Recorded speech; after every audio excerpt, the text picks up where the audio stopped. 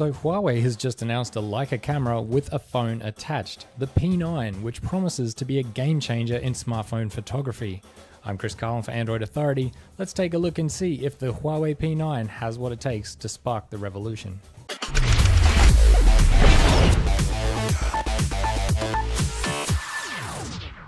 Design-wise, the Huawei P9 is very similar to its predecessor, the P8.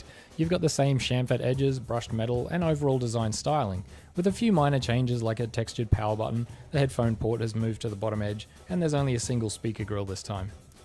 The Huawei P9 is just 6.95mm thin though, which is a pretty impressive design feat, but we didn't necessarily come here for the design.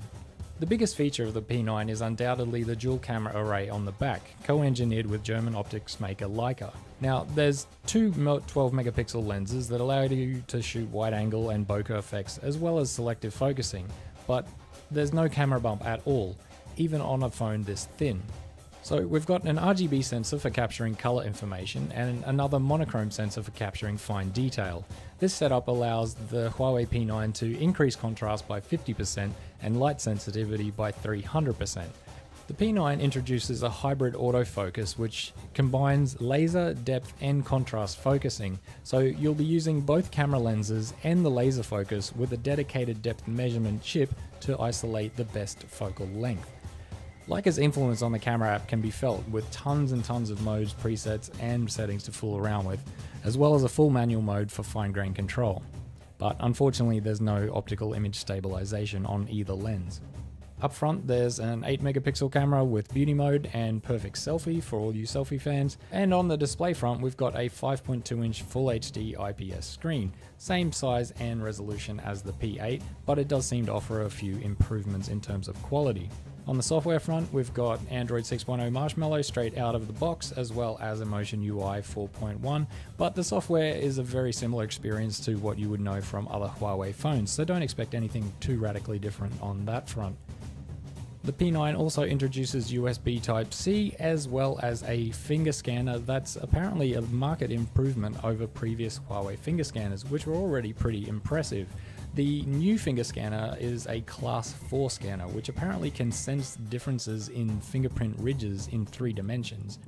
P9 also has the latest Kirin processor, the 955, 3000 mAh battery, and a few different variations for storage, 32GB with a 3GB of RAM and 64GB with a 4GB of RAM option, and they will both be available in mid-April. Of course, there is also a larger version of the P9 as well, the Huawei P9 Plus. Now, it bumps things up a little by bringing a 5.5 inch AMOLED display, but unfortunately it's still full HD as well, but it brings a few other improvements like Press Touch, a slightly larger battery, an IR blaster and some other improvements. It'll be available mid-May and comes in 64GB and 128GB versions with 4GB of RAM each. In terms of pricing, the P9 is not exactly cheap. The base model with 32GB of storage is €599, the slightly larger one at 64 is €649, and the P9 Plus with 64GB and 4GB of RAM is $749.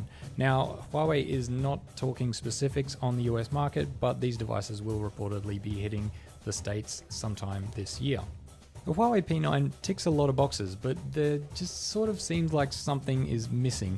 It's hard to put a finger on it because the phone offers so many improvements over its predecessor, but I guess we'll have to wait for the full review to find out if the new Leica camera really is all it's cracked up to be. Till next time guys, hit the comments, let us know what you think of the new Huawei P9 and P9 Plus. Hit that subscribe button, like this video if you have, and keep it locked to Android Authority, your source for all things Android.